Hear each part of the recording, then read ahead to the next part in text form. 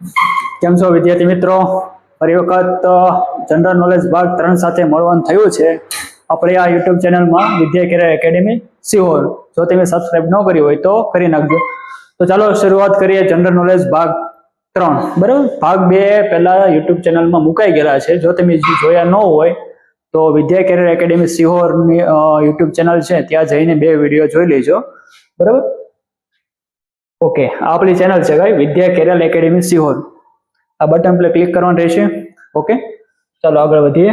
પહેલો પ્રશ્ન છે, ઓસ્કાર પુરસ્કાર કયા ક્ષેત્રે આપવામાં આવે છે? કયો પુરસ્કાર કીધો છે? ઓસ્કાર પુરસ્કાર. બરાબર, તો કે વિશ્વનો ફિલ્મ જગતનો પ્રતિષ્ઠિત એવોર્ડ છે.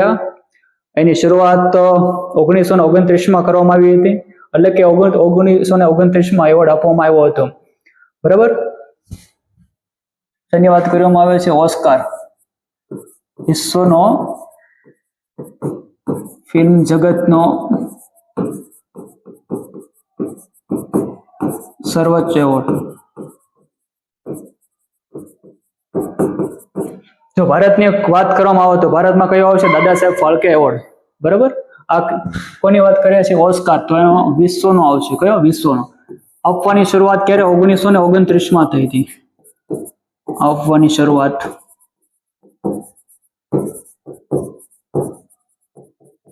ક્યારે થઈ હતી? 1929માં. આ ચિત્ર તમે જોઈ શકો છો, ઓસ્કાર એવોર્ડ છે. બરાબર, તો કે આ કોના વતી આપવામાં આવે છે?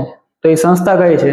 તો કઈ આવશે? Academy of motion picture arts and science દ્વારા આ એવોર્ડ આપવામાં આવે છે. કઈ જગ્યાએ? તો કે અમેરિકામાં આ સંસ્થા સ્થિર છે. નાથી આ એવોર્ડ દર વર્ષે આપવામાં આવે છે. કઈ એકેડેમી છે? તો કઈ છે? એકેડેમી ઓફ મોશન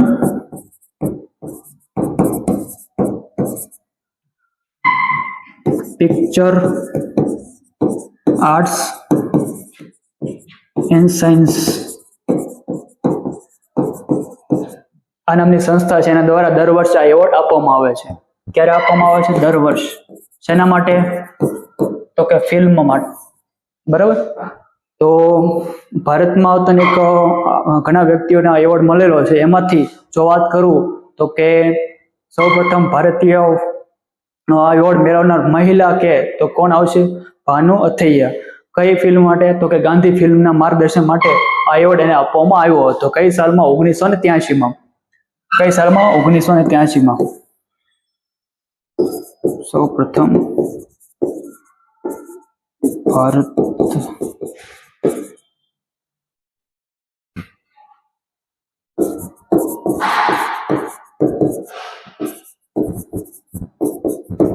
કોણ આવશે? ભાનુ અથૈયા. બરાબર, કયા ફિલ્મ માટે? તો કે ગાંધી. આ ગાંધી ફિલ્મ માટે 1983માં આ ઓસ્કાર પુરસ્કાર આપવામાં આવ્યો હતો. બરાબર, તો આ તો ઓસ્કાર પુરસ્કાર. હવે જો વાત કરું તો કે જ્યોર્જ બર્નાર્ડ શો નામના એક વ્યક્તિ છે. કોણ? George Bernard show. એને નોબેલ પુરસ્કાર અને ઓસ્કાર બંને મળેલા છે. કયા આવશે? George Bernard show. આ વ્યક્તિને નોબેલ અને ઓસ્કાર બંને મળેલા છે. કયા વ્યક્તિ છે? George Bernard show. બરાબર, સૌપ્રથમ ભારતીય મેળવનાર મહિલા કે તો કોણ આવશે? ભાનુ અથૈયા. કઈ સાલમાં? 1983માં. કઈ સાલમાં? 1983માં. કઈ ફિલ્મ માટે? તો કે ગાંધી ફિલ્મ માટે. ઓકે, આ તો ઓસ્કાર પુરસ્કાર. ચાલો આગળ જોઈએ. ઓકે, શેત્રુંજી ડેમ ક્યાં આવેલો છે? શેત્રુંજી ડેમ ક્યાં આવેલો છે? તો કે કઈ જગ્યાએ છે? આ પાલિતાણામાં. પાલિતાણા કઈ જગ્યાએ છે? તો કે ભાવનગરમાં. કઈ નદી ઉપર? તો કે શેત્રુંજી નદી. બરાબર, આ નદીનો ઉદ્ભવ ક્યાંથી થાય છે? તો કે ગીરમાં આવેલ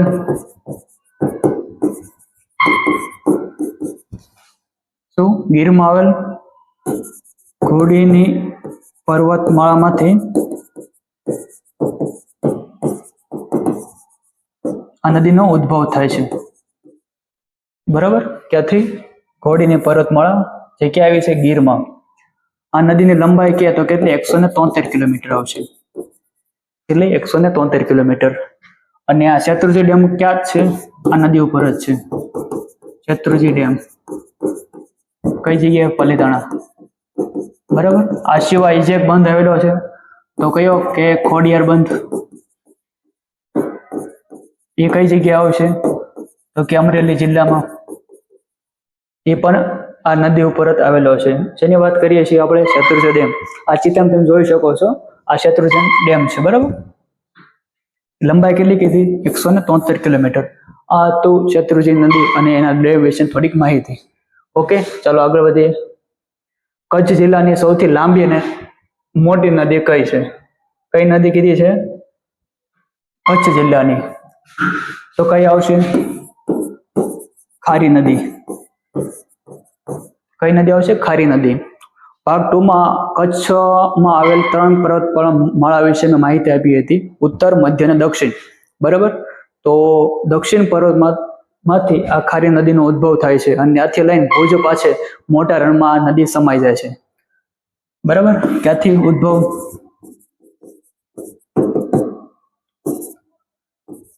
દક્ષિણ ધાર માંથી ઉદ્ભવ થાય છે, ત્યારથી લઈને ભુજ પાસે મોટા રણમાં અંત થાય છે, બરાબર. એની વાત કરી છે આપણે ખારી નદીની. કચ્છ જિલ્લાની સૌથી મોટી અને લાંબી નદી છે, બરાબર. એની લંબાઈ કહો તો લંબાઈ કેટલી આવશે? 48 કિલોમીટર. કેટલી? 48 કિલોમીટર. કચ્છ જિલ્લાની સૌથી લાંબી અને મોટી. આ હતી ખારી નદી. ચાલો આગળ જોઈએ. ઓકે, સૌરાષ્ટ્રની આન, બાન અને શાન કયું આવશે? રાજકોટ, બરાબર. સોનાની મૂરત તો કોને કહેવામાં આવે છે? સુરત. આ સુરત જિલ્લામાં તે તાપી નદી આવે છે, બરાબર. તાપી નદી વિશે ભાગ 2 માં મેં વિશેષ વર્ણન કરવામાં આવ્યું છે. ઓકે, ત્યારબાદ સુદામાપુરી તો કયું? પોરબંદર. ઔદ્યોગિક નગરી કઈ આવશે? ઔદ્યોગિક નગરી વાપી. વાપી કયા જિલ્લામાં છે? તો કે વલસાડ. વલસાડ, બરાબર. મંદિરોની નગરી તો કોને કહેવાય? પાલીતાણા. ત્યારબાદ મહેલોનું શહેર તો કયો? વડોદરા. આ વડોદરામાં તે ગુજરાતનો સૌથી મોટો પેલેસ આવેલો છે. કયો? લક્ષ્મી વિલાસ પેલેસ. એનું નિર્માણ કોને કર્યું હતું? તો કે સયાજીરાવ ગાયકવાડે. ઓકે, આ હતી થોડીક બેઝિક માહિતી. ત્યારબાદ ગુજરાત નામનો ઉલ્લેખ કયા ગ્રંથમાં જોવા મળે છે? કયો કીધો? ગુજરાત નામનો ગ્રંથમાં જોવા મળે છે તો કયો આવશે? આબોરાસ. કઈ સાલમાં? 1233 માં, બરાબર. ત્યારબાદ એમ કહેવામાં આવે કે ગુજરાતનો વિશ્વનીય ઉલ્લેખ કયા ગ્રંથમાં જોવા મળે છે?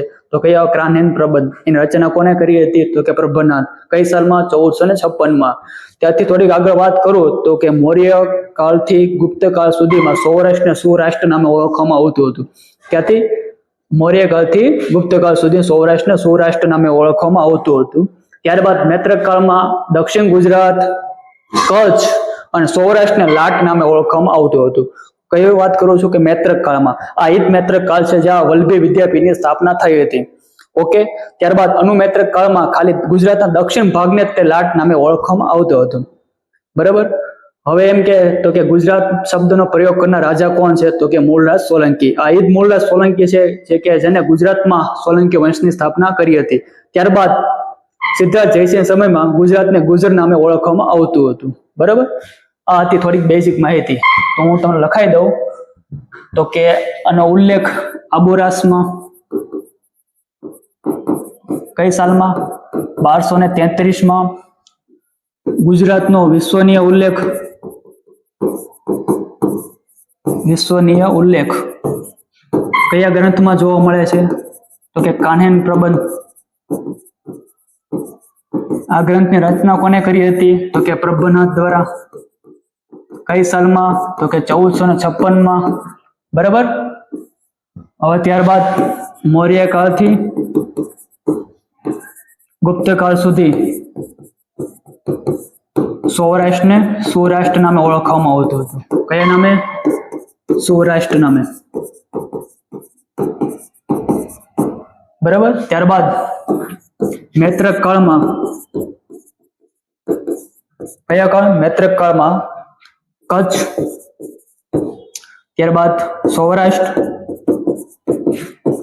અને ઉત્તર ગુજરાત, એને કયા નામે ઓળખવામાં આવતું? તો કે લાટ નામે. બરાબર. ત્યારબાદ અનુમૈત્રક કાળમાં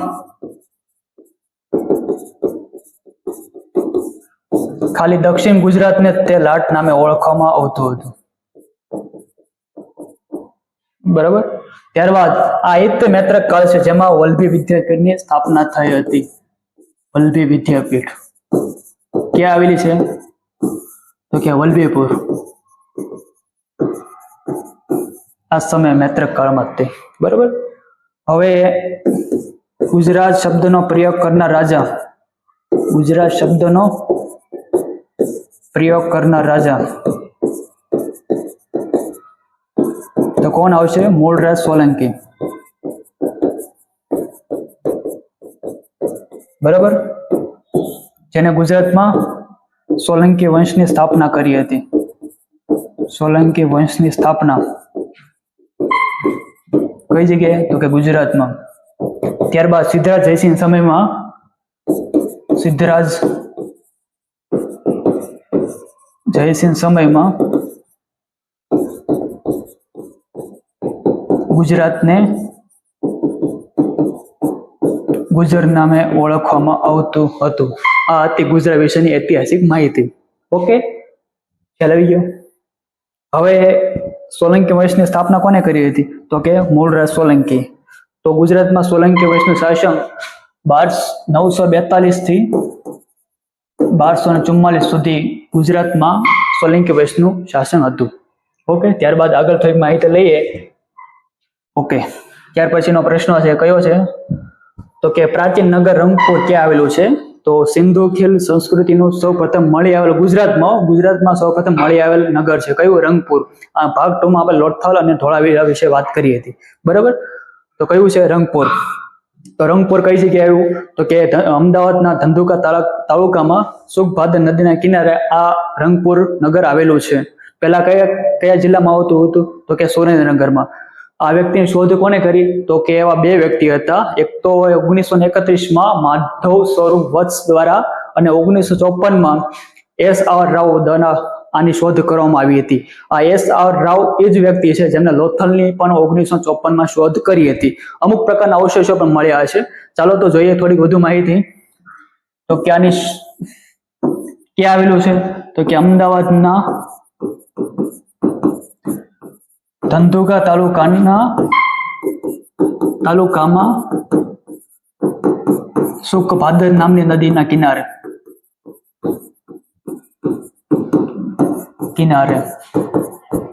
બરાબર. કોને શોધ કરી? તો કે 1931માં અને 1954માં. 1931માં કોને શોધ કરી હતી? તો કે માધવ સ્વરૂપ વત્સ દ્વારા. ત્યારબાદ 1954માં કોને કરી? તો કે S.R. રાવ. S.R. રાવે તે 1954માં લોથલની શોધ કરી હતી. કોને? લોથલની. લોથલ એક બંદર છે. એ ભાગ 2 માં મેં તમને વિશેષ માહિતી આપી છે. ઓકે, પેલા કયા જિલ્લામાં આવતું? તો કે સુરેન્દ્રનગરમાં આવતું હતું આ રંગપુર. અમુક પ્રકારના અવશેષો મળ્યા છે. તો કે અવશેષો કે તો કયા આવશે? તો કે મકાન બનાવવાના કારખાના, ત્યારબાદ ચોખાના ફોતરાઓ. આ ચોખાના ફોતરાઓ પરથી માહિતી મળી શકાય કે ત્યાંના લોકો ખોરાકમાં ચોખાનો વધુ ઉપયોગ કરતા છે. ત્યારબાદ ચિત્રિત વસ્તુઓ અથવા વાસણો, એટલે વાસણોમાં અવનવા ચિત્રો જોવા મળતા હતા. બરાબર. ત્યારબાદ હાથીના દાંતની વસ્તુઓ. ઓકે, આ હતું રંગપુર. મેં તમને બેઝિક માહિતી આપી દીધી છે. તો કઈ જગ્યાએ આવ્યું છે? તો કે અમદાવાદમાં. કઈ જગ્યાએ? અમદાવાદના ધંધુકા તાલુકામાં સુખભાદર નદીના કિનારે. પહેલા કયા જિલ્લામાં આવતું હતું? તો કે સુરેન્દ્રનગર. કઈ જગ્યાએ? સુરેન્દ્રનગર. તો શોધ કોને કરી? તો 1931 માધવ સુરુ વર્ષ દ્વારા. 1954 એસાવ રાવ નામના વ્યક્તિ, આ એસર રાવ એ જ વ્યક્તિ છે જેમને 1954 લોથલની શોધ કરી હતી. અમુક પ્રકારના અવશેષો મળ્યા છે. તો કયા કયા અવશેષો? તો કે મકાન બનાવવાના કારખાનાઓ, ચોખાના ફોતરાઓ, ચિત્રી વસ્તુઓ અથવા વાસણો, હાથીના દાંતની બનાવતી વસ્તુઓ વગેરે જેવા અવશેષો મળ્યા છે. આ મેં તમને થોડીક માહિતી આપી દીધી રંગપુર વિશે. ઓકે, ચાલો આગળ જઈએ. યસ. ગુજરાતનું પ્રથમ વર્તમાન પત્રનું નામ જણાવો. તો કયું આવશે? મુંબઈ સમાચાર પત્ર. કઈ સાલમાં? ઈસવીસન 1822 કયું આવશે? મુંબઈ સમાચાર પત્ર. ઈસવીસન 1822 ગુજરાતનું પ્રથમ સમાચાર પત્રક છે. વર્તમાન પત્ર એટલે સમાચાર પત્ર. કઈ સાલમાં? 1822 કયું છે? મુંબઈ સમાચાર પત્ર. ઓકે. ગુજરાતનું પ્રથમ બહુમાળી મકાન નામ જણાવો. મકાન નહીં આવે, શું આવશે? ઇમારત આવશે. શું કીધું? ગુજરાતનું પ્રથમ બહુમાળી ઇમારત. ચિત્રમાં તમે જોઈ શકો છો. આ છે રુદ્ર મહાલય. તો શું આવશે? રુદ્ર મહાલય. બરાબર. તો કઈ જગ્યાએ આવેલું છે? તો કે આ સરસ્વતી નદીના કિનારે. સરસ્વતી નદીના કિનારે. આ એક નદી છે કે ઉત્તર ગુજરાતની 3 કુંવારિકા નદીમાંથી એક નદી છે. કઈ? સરસ્વતી. બીજી કઈ આવશે? બનાસ, રૂપેણ ને સરસ્વતી. ઓકે, આ 3 નદી વિશે ભાગ 2 માં મેં વિશેષ માહિતી આપી છે. તો ત્યાં જઈને તમે જોઈ આવજો. ઓકે, ચાલો આગળ વધીએ. તો કઈ નદીના કિનારે છે? તો કે સરસ્વતી નદીના કિનારે. તો કે આ રુદ્ર મહાલયનું નિર્માણ કોને કર્યું હતું? તો કે સોલંકી વંશના રાજા મૂળરાજ સોલંકી દ્વારા આનું નિર્માણ કરવામાં આવ્યું હતું. પણ થયું એવું કે આ નિર્માણ તો કરવામાં આવ્યું પરંતુ પૂરું કરાવી શક્યા નહીં. તો પૂરું કોને કરાવ્યું? તો કે સિદ્ધરાજ જયસિંહે. બરાબર. સ્થાપક કે? તો મૂળરાજ સોલંકી. પૂરું કોને કરાવ્યું? તો કે સિદ્ધરાજ જયસિંહ. બરાબર. આ રુદ્ર મહાલનો નકશો કોને તૈયાર કર્યો છે? એટલે કે ડિઝાઇન કોને કરી? તો કે એક પ્રાણ ઘર નામના વ્યક્તિએ આ રુદ્ર મહાલયનો નકશો તૈયાર કર્યો હતો. ઓકે, તો આ તો ગુજરાતનું પ્રથમ બહુમાળી ઇમારત. તો કયું છે? રુદ્ર મહાલય. કઈ નદી કિનારે? સરસ્વતી નદી કિનારે. ઓકે, તો એનું સ્થાપક કોણ? કે તો મૂળરાજ સોલંકી. પરંતુ આ રુદ્ર મહાલનું બાંધકામ પૂરું કોને કરાવ્યું છે? તો કે સિદ્ધરાજ જયસિંહે. આ રુદ્ર મહાલયનો ડિઝાઇન અથવા નકશો કોને કર્યો? તો પ્રાંતઘર નામના વ્યક્તિએ. આ હતું રુદ્ર મહાલય વિશે થોડી બેઝિક માહિતી. ચાલો આગળ. ઓકે, નેચરલ હિસ્ટ્રી સંગ્રહાલય કઈ જગ્યાએ આવશે? ગાંધીનગર. ગાંધી મેમોરિયમ રેસિડેન્સ મ્યુઝિયમ કઈ જગ્યાએ આવેલું છે? તો કે અમદાવાદ. કઈ જગ્યાએ? અમદાવાદ. પ્રભાસ પાટણ મ્યુઝિયમ ક્યાં આવ્યું છે? તો કે પ્રભાસ પાટણ. કે પાટણમાં નહીં, પણ કઈ જગ્યાએ? ગીર સોમનાથ. પાટણ નહીં આવે, શું આવશે? ગીર સોમનાથ. આ ગીર સોમનાથનો એક જિલ્લો છે. કયો? પ્રભાસ પાટણ. બરાબર. ગીર દરબાર મ્યુઝિયમ કઈ જગ્યાએ છે? તો કે અમરેલી. ઓકે. સરદાર પટેલ રાષ્ટ્રીય સ્મારક તો ક્યાં આવશે? અમદાવાદ. અને એમ કે સરદાર પટેલ મ્યુઝિયમ કે તો કઈ જગ્યાએ આવશે? વલ્લભ વિદ્યાનગર આણંદ. વલ્લભ વિદ્યાનગર આણંદ. બંને અલગ અલગ છે. બરાબર. જો એમ કે સરદાર પટેલ રાષ્ટ્રીય સ્મારક તો કઈ જગ્યાએ? અમદાવાદ. અને સરદાર પટેલ મ્યુઝિયમ કે તો કઈ જગ્યાએ? વલ્લભ વિદ્યાનગર આણંદ. ઓકે, ત્યારબાદ આગળ વધીએ. ઓકે, નોબેલ પુરસ્કાર.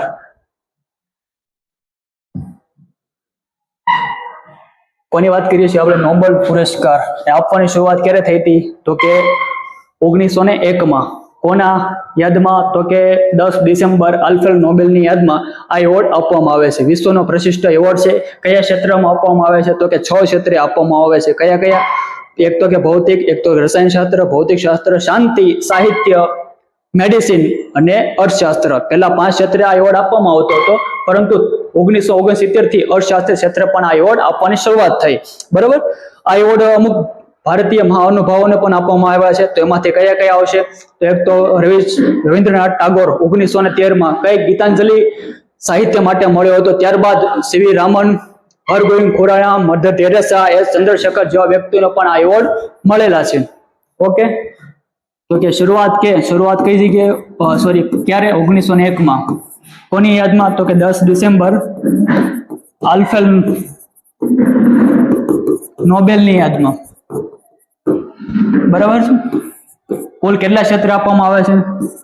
તો કુલ 6 ક્ષેત્રે આ એવોર્ડ આપવામાં આવે છે. એવોર્ડ આપવામાં આવે છે.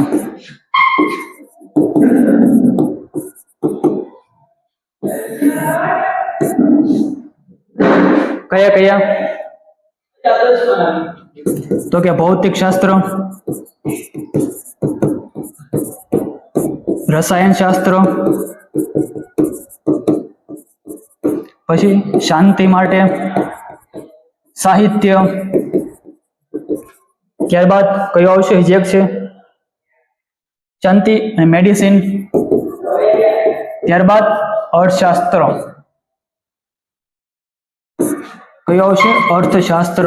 પહેલા તો 5 ક્ષેત્રે આપવામાં આવતું હતું આ એવોર્ડ, ખાલી 5 ક્ષેત્ર, પરંતુ આને શરૂઆત આપવાની 1969 થી કરવામાં આવી હતી. ક્યાંથી? 1969 થી આ અર્થશાસ્ત્ર ક્ષેત્રે પણ આ એવોર્ડ આપવામાં આવે છે. તો અમુક ભારતીય મહાનુભાવોને પણ આ એવોર્ડ મળેલા છે. એમાંથી કયા છે? પેલો કે રવિન્દ્રનાથ ટાગોર 1913, ત્યારબાદ સીવી રામન, ત્યારબાદ હરગોવિંદ ખુરાના,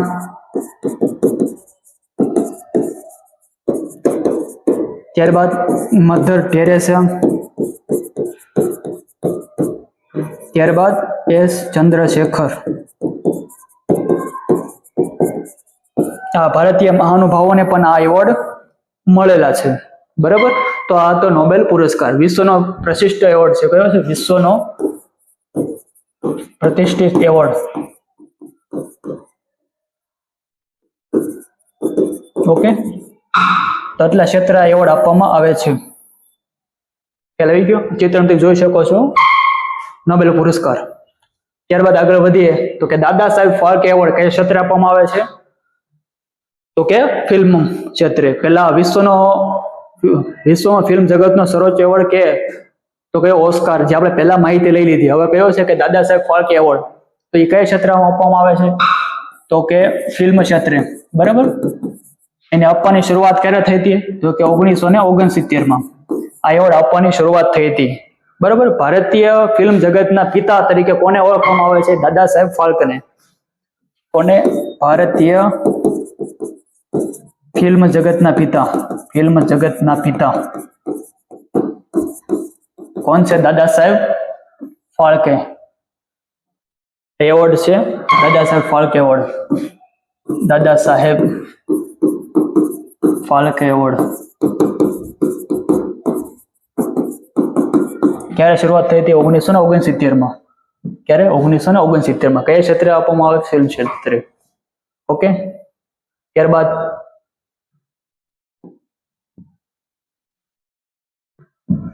ઓકે તુલસીશ્યામ કુંડ. આ થોડાક પ્રશ્ન કુંડ અને તળાવ વિશેના છે, જોઈએ આપણે. તો કઈ છે તુલસીશ્યામ કુંડ? તો કે ગીર સોમનાથ. કઈ જગ્યા આવશે? ગીર સોમનાથ. ગીર સોમનાથ. વડ તળાવ તો કે ચાંપાનેર. કાંકરિયા તળાવ તો કે અમદાવાદ. આ કાંકરિયા તળાવની બાજુમાં જ એક પ્રાણી સંગ્રહાલય આવેલો છે, એનું નામ શું છે? Kamala Nehru geological park. Okay. ત્યારબાદ મળાવ તળાવ. તો મળાવ તળાવ કઈ જગ્યા આવશે? ધોળકા. મૂળસર તળાવ તો કઈ જગ્યાએ? વિરમગામ. શર્મિષ્ઠા તળાવ તો કે વડનગર. સુરસાગર તળાવ તો કે વડોદરા. બરાબર. અને ગંગાસર તળાવ તો કઈ જગ્યાએ? વિરમગામ. આ હતા થોડાક કુંડ અને તળાવ વિશેને અમુક બેઝિક માહિતી, કઈ જગ્યાએ કયા કુંડ કે તળાવ આવેલા છે. ઓકે, ત્યારબાદ ઓકે તો બરાબર, તો શરૂઆતથી અંત સુધી આ આપણે વિડીયો જોઈજો. બરાબર, તમને આની પીડીએફ જોતી હોય તો આ નંબર ઉપર મેસેજ કરજો, એટલે તમને પીડીએફ મળી જશે. કયો? 8401 84 84 70. આ મોબાઈલ નંબર ઉપર મેસેજ કરજો, એટલે આની પીડીએફ મળી જાય છે.